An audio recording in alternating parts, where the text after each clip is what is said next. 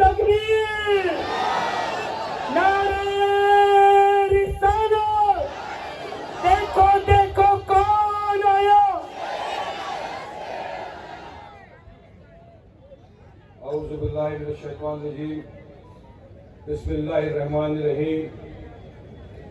दास पर तशरीफ फरमा मजलिस इत्तेहादुल मुस्लिमीन के बिहार के हमारे एमएलए प्रेसिडेंट मोहतरम जनाब अख्तर ईमान साहब, यूपी के मजलिस के सदर मोहतरम जनाब शौकत साहब, राजस्थान के मजलिस इत्तेहादुल मुस्लिमीन के सदर जनाब जमील खान साहब, मजलिस के तमाम जिम्मेदारान, यहाँ पे मौजूद मेरे दोस्त, मेरे भाई, मेरे बुजुर्ग और घर पर बैठ के सुनने वाली मेरी पर्दानशी माँ और बहनें, कुछ अहम बातें आपके सामने रखना चाहूंगा। मैं चाहूंगा कि आप लास्ट तक सुने मेरे बयान को। काफी सारी चीजें आपके सामने आएगी। आज का ये जलसा इंतखाबी जलसा है। जिस तरह मुख्तलिफ सियासत पार्टियों ने अपने अपने उम्मीदवारों को महाराष्ट्र में उतारा है, भिवंडी में उतारा है, इसी तरह मजलिस इत्तेहादुल मुस्लिमीन ने आपके अपने भाई, आपके अपने इस दोस्त, आपके इस बेटा वारिस पठान को भिवंडी पश्चिम से अपना उम्मीदवार बनाया है। 20 नवंबर को चुनाव है, पोलिंग होनी है, वोटिंग होनी है। मजलिस इत्तेहादुल मुस्लिमीन का निशान पतंग है, बटन नंबर है 7, पतंग बटन नंबर 7। हाँ, देश के तमाम हालात से वाकिफ हो आज क्या चल रहा है हमारे यहाँ। खास तौर से मैं बात करूंगा भिवंडी शहर की। भिवंडी पश्चिम में हमारी लड़ाई एक तरफ तो महायुति से है, दूसरी तरफ महाविकास आघाड़ी, जिसके 2 टुकड़े हो गए, एक कांग्रेस बन गया, एक एसपी बन गया। इनसे भी हमारी लड़ाई है। हम न इसका हिस्सा है, न हम इनका हिस्सा है। हम आवाम के दिल का हिस्सा बन के आपके बीच में आए हैं। मैं तो आपका दिल जीतने आया हूं, दुनिया जीत के तो सिकंदर भी खाली है चला गया। तो मैं आपके दिल में अपनी जगह बनाने आया हूं, आपके दिल में अपना घर बसाने आया हूं, भिवंडी को अपना मकाम बनाने आया हूं। आप एक तरफ देखिए, 10 साल से आपके वोटों को लेकर जो इख्तियार की कुर्सी पर बैठे ऐसे भाजपा के एमएलए जिनको आपने वोट देकर इख्तियार किया, उनके साथ दूसरा कैंडिडेट जो है, टीवी बताता हूं, क्या पूरी बात बोलूंगा, है बहुत कुछ है, बताने को बाकी सुन के जाना। पूरा पैगाम सुना रहा हूं, पूरा पैगाम सुना रहा हूं। हजारी साहब के बारे में बता रहा हूं, पूरा पैगाम आपको सुनाऊंगा, सुन के जाना। वक्त भी बताएंगे।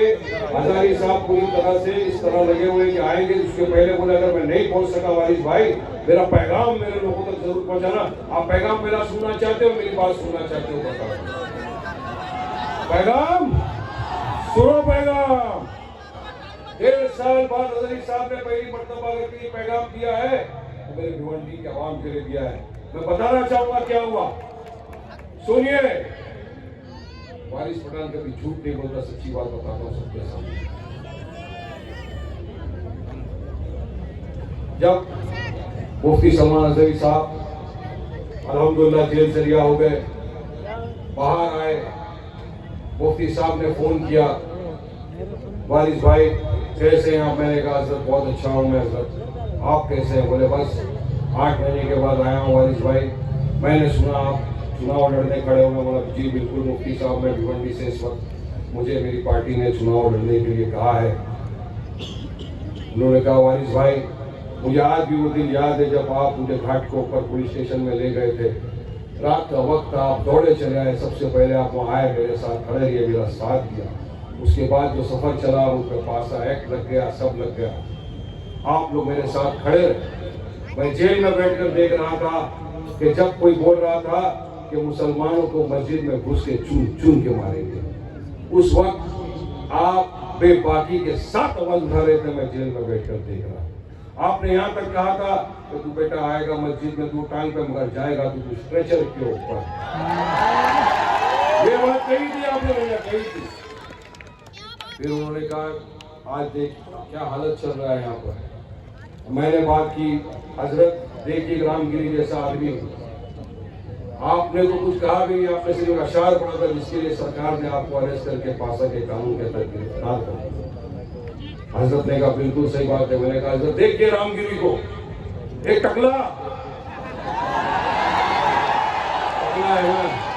है ना, सर में बाल नहीं, जुबान में काबू नहीं, आराम शराब बकवास करता जा रहा है। इससे हमारे मोहम्मद मुस्तफा सल्लल्लाहु अलैहि वसल्लम की शान में गुस्ताखी की। मैं समझता हूँ भिवंडी का नहीं, भारत देश का नहीं, दुनिया भर का कोई भी मुसलमान हर चीज को बर्दाश्त कर लेगा, मगर अपने हुजूर ताजदार मदीना मोहम्मद मुस्तफा सल्लल्लाहु अलैहि वसल्लम की शान में गुस्ताखी किसी भी कीमत पे बर्दाश्त नहीं करेगा। बिल्कुल हजरत ने कहा सही बात है। कौन बोला उसके खिलाफ, किसने रोकने की हरकत की उसकी जुबान को? मैंने कहा हजरत आप तो देख रहे थे, पेपर पढ़ रहे थे, सब देख रहे हुए। बिल्कुल वारिस भाई, नमूज रिसालत के ऊपर आप लोग खड़े हुए, आप और इम्तियाज भाई खड़े हुए, आप निकले औरंगाबाद से रैली लेकर, आप गए वहां तक, आपने कहा कि इसको अरेस्ट करिए, आपने कहा कि मुफ्ती सलमान अजहरी को जेल से रिहा करिए। सबसे पहले आपने ये बात कही थी जाकर वहां पर। मैंने कहा बात बिल्कुल सही है, क्या ये तो मेरा कोई फर्ज है, हमारा फर्ज है शान में गुस्ताखी को वारिस पठान किसी भी कीमत में बर्दाश्त नहीं करेगा। मैं हुजूर का चाहने वाला हूँ, सियासत की कुर्सी को 10 मरतबा लात मार देगा वारिस भाई जहाँ मेरे हुजूर की मेरे नबी की शान की गुस्ताखी के लिए अगर वारिस पठान को फांसी पे चढ़ना पड़ा, खुशी खुशी चढ़ने लगा इंशाअल्लाह ताला, कोई गम नहीं, कोई डर नहीं रहेगा। बात हुई, आपने कहा ठीक है वारिस भाई मैं आऊंगा एक ढूंढ इंशाअल्लाह। आई हजरत, लेकिन सुप्रीम कोर्ट से बेल पे हूं, बयान तो नहीं कर सकूंगा, बयान नहीं कर सकता, बहुत सारी रिस्ट्रिक्शन लगी हुई, ये वो है। मैंने कहा हजरत दुआओं से नवाज दीजिए, दुआ देने आज ही। बोले ठीक है। मुझे इम्तियाज भाई से भी मेरी बात हुई, उन्होंने भी मुझसे कहा था कि हजरत आप दुआएं देने आइए। हमने यकीन मानिए पूरी तरह से हर चीज की परमिशन ली। हमने कहा हजरत आएंगे 2 मिनट ज्यादा वक्त ले लेंगे, दुआ करके चले जाएंगे। वारिस पठान भी स्टेज पर नहीं बैठेगा, कोई नहीं बैठेगा, सिर्फ उलमा इकराम बैठेंगे, हजरत बैठेंगे, वारिस पठान नीचे बैठेगा। मैं सियासती मंच नहीं बनाना चाहता, मैं इस मंच को सियासती मंच नहीं बनाना चाहता था। मैं चाहता था कि एक मुफ्ती, एक उलमा जिसके कदमों में बैठकर वारिस पठान ने इस्लाम को जाना, मुसलमान के हक को जाना, मैं नहीं चाहता हूं किसी सियासत के स्टेज के ऊपर बैठे। हमने कोई बैनर नहीं लगाया, कुछ नहीं लगाया, तमाम ने देखा था। हजरत ने कहा ठीक है बिल्कुल इंशाअल्लाह ताला। बस ये था, इम्तियाज भाई ने कहा कि मुझे हजरत ने 16 तारीख की मेरे आने की, तुम्हारे यहाँ 15 को जाएगी। इतना बोलना था कि यकीन मानिए पूरी के पूरी ये सरकार, पूरा प्रशासन, पूरा अपोजिशन, पूरे के पूरे लग गए हजरत के पीछे, हाथ पैर धो के लग गए। हजरत नहीं आप ऐसा नहीं कर सकते, आप वहां जाएंगे, यहाँ ये कर देंगे, सुप्रीम कोर्ट जाएंगे, बेल कैंसिल कराएंगे, फला कर देंगे, ढिमका कर देंगे, सब चीज। फिर भी कल रात को हजरत से मेरी बात हो सकने का वारिस भाई मैं इंशाअल्लाह ताला पूरी कोशिश करूंगा कल पहुंचने के लिए। आज जुमा के बाद मेरी बात हुई कि हजरत आ रहे, मैंने कहा कोई बैनर नहीं लगाया हजरत। हजरत ने कहा बिल्कुल इंशाअल्लाह। मेरे तो घर के बाहर पूरा पुलिस बैठ गया, मेरे घर के बाहर तो पूरे के पूरे सियासती ओपोनेंट वाले आ गए, सब आ गए, वारिस भाई सब कह बोल रहे कि नहीं आप नहीं जा सकते, का दुआ भी दे दीजिए, तो अब यहाँ से बैठ के दुआ दे दीजिए। मैंने कहा हजरत क्या बात है, क्यों नहीं, आइए, मैं तो आपको दुआ देने बुला रहा हूँ। मैं तो चाहता हूँ कि दूसरे भी जो सियासतदान यहाँ से खड़े हैं वो भी आ जाए मंच पे बैठे, क्योंकि मुफ्ती दुआ कर रहे हैं, कब किसकी दुआ कबूल हो जाए किसके लिए कोई बोल नहीं सकता। लिहाजा मैंने ये नहीं बोला कि सिर्फ मेरे लिए, आइए सारे के सारे जितने खड़े हुए हैं एमएलए सब आइए, सब दुआ लीजिए। जनता जनार्दन है, जनता के दिल में जिसके लिए मोहब्बत आई, जनता उसको चुन के हमारे असेंबली में भेजेगी। लोगों को लगेगा, जनता को लगेगा कि हमको चुन के इसको हमारे असेंबली में भेजना है, तो जनता उसी को भेजेगी। आप आइए। मुफ्ती साहब ने कहा निकल नहीं सकना, में से इतने सारे लोग जमा हो गए। शाम तक का मुफ्ती साहब ने कहा अगर मैं आ गया वारिस भाई तो मुझे बेल भी कैंसिल हो सकती है, सुप्रीम कोर्ट ने बेल दिया। मैंने कहा हजरत अगर इस बात पे आपकी बात आ जाती है, मैंने सबसे मशवरा किया, तो हजरत आप यकीनन अगर कोई चीज आपके खिलाफ जा रही है तो वारिस पठान या कोई भी एमएलए बन रहा है, कोई भी उसमें हाथ नहीं डालेगा। आपकी सेफ्टी आपकी बहुत जरूरत है, कौम मिल्लत को आपकी आवाज की बहुत जरूरत है, कौम मिल्लत को आपकी दुआओं की बहुत जरूरत है। मैं कहा मैं तो चला जाऊंगा स्टेज पे, मेरा तो एमआईएम का मैं स्टेज लगाकर हंसना शुरू कर दूंगा, मेरी बात लोग आएंगे मिलने, मोहब्बत करते हैं मुझसे, आएंगे मिलने। हजरत ने कहा नहीं वारिस भाई, मैं अगर नहीं आ सकते हैं, मुझे नहीं निकलने दे रहे, तो भिवंडी वालों को मेरा पैगाम जरूर पहुंचा देना वारिस भाई। मैंने कहा ठीक है हजरत, आपका हुक्म का गुलाम है वारिस पठान, आप जो बोलेंगे मैं करूंगा। हजरत ने आप तमाम के लिए तो तमाम देशवासियों के लिए एक पैगाम भेजा है। मैं चाहूंगा कि कैमरामैन भी इसको जूम करें और तमाम इस पैगाम को सुने, उसके बाद मुझे अपनी बात रखने का मौका दें। मुझे यकीन है आप मुझे मेरी बात रखने का मौका देंगे और मैं कुछ अहम बातें बताना चाहूंगा आपके सामने। आप मुझे मौका दीजिए फिलहाल, क्योंकि हम सब आप हम सब उत्सुक हैं, हम उसकी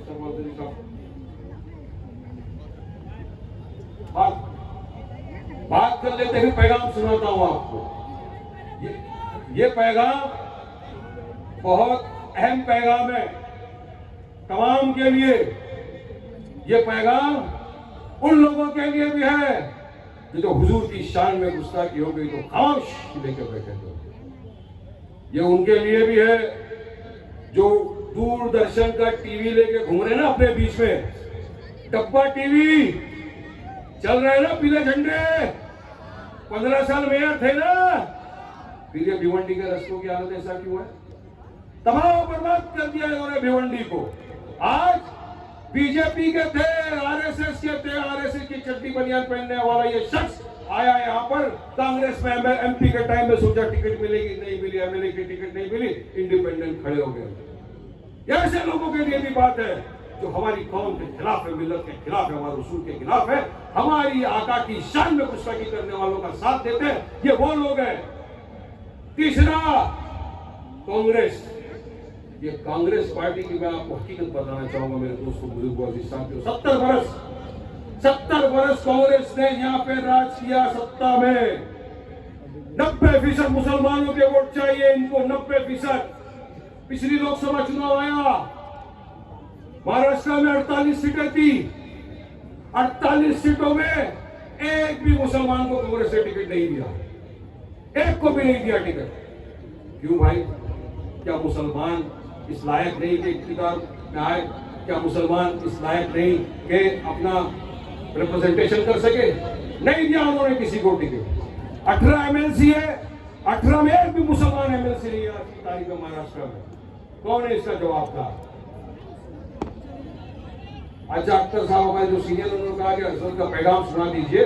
मैं आप तमाम के सामने पैगाम सुनाता हूँ, आप जरा सा साइलेंट बैठेंगे। हजरत का पैगाम है, ये पॉलिटिकल पैगाम नहीं है। एक मुफ्ती ने आपके लिए पैगाम भेजा है, वो पैगाम आप जरूर सुनिए। कैमरामैन से मेरी हजरत गुजारिश है कि उसको जरा जूम करें, ताकि मैं हजरत ने वीडियो बनाकर भेजा है आपके लिए, तमाम देशवासियों के लिए, तमाम हिंदुस्तानियों के लिए। और ये वीडियो हजरत ने मुझे भेजा है 8:11 का, अभी की बात है। ये देख लीजिए वीडियो का ऑथेंटिसिटी में आपको दिखा दूँ।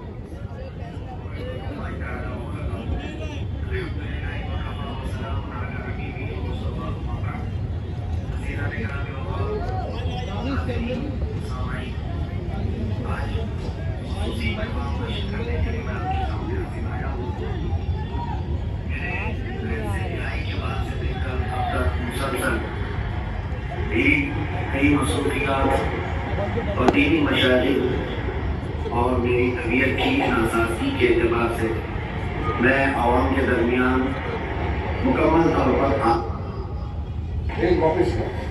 अस्सलामु अलैकुम व रहमतुल्लाहि तआला व बरकातुहू। अल्हम्दुलिल्लाहि व कफ़ा व सलामुन अला हबीबिहिल मुस्तफ़ा अम्मा बाद।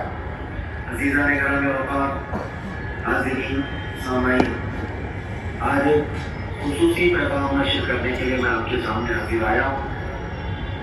मेरे कैद से रिहाई के बाद से लेकर अब तक मुसलसल भी कई मसरूफियात और दीनी मशागिल और मेरी तबीयत की नासाजी के एतबार से मैं आवाम के दरमियान मुकम्मल तौर पर आ नहीं पा रहा हूँ। मैं जुमा की नमाज के लिए हाजिर आया, लेकिन इसका मतलब ये भी नहीं है कि मैं जलसे जुलूस या प्रोग्रामों से दूर जा रहा हूँ। दीन की खिदमत आखिरी सांस तक करते रहेंगे, वो चाहे जिस अंदाज से भी।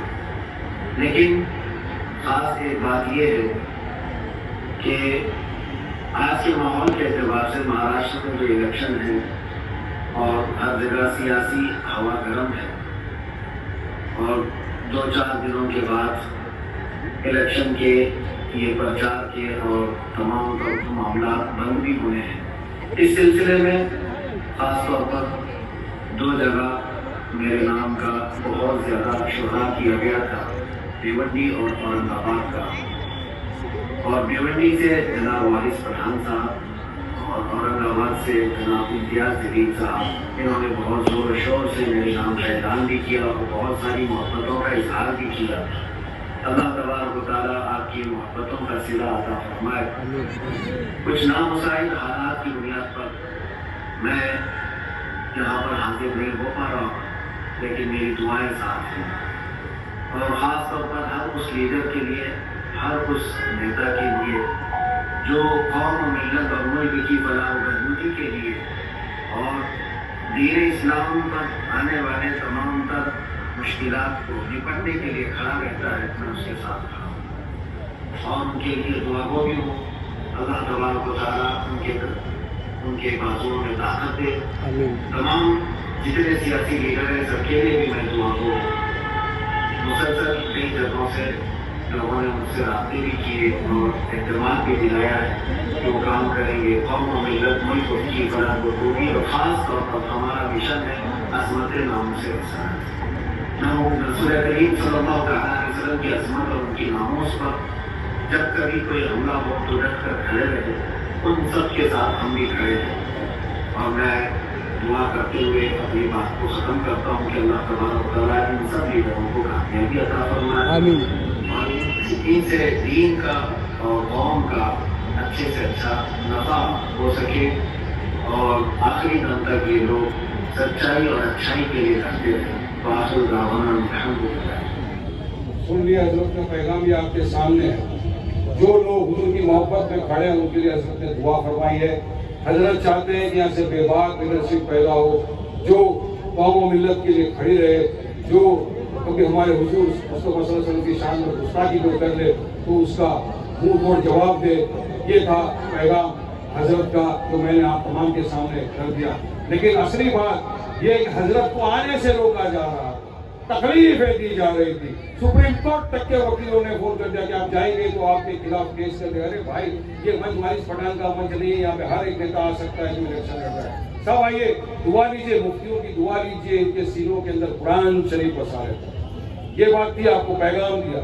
अब और बहुत सारी बातें बता रहे, अगर आप सुनेंगे तो मैं आपको बताऊंगा, काफी सारी बातें यहाँ पर है। इलेक्शन के ताल्लुक से 20 नवंबर के दिन जब पोलिंग होनी है तो आपको सोचना है कि क्या करना है। एक तरफ आपके सामने 3 ऐसे उम्मीदवार हैं जो डायरेक्ट बीजेपी आरएसएस की तरफ से खड़े हुए हैं। बीजेपी का चोगले है, एक टीवी वाला है पाटिल, तीसरा कांग्रेस वाला वो भी आरएसएस का है। इन तीनों को सपोर्ट करने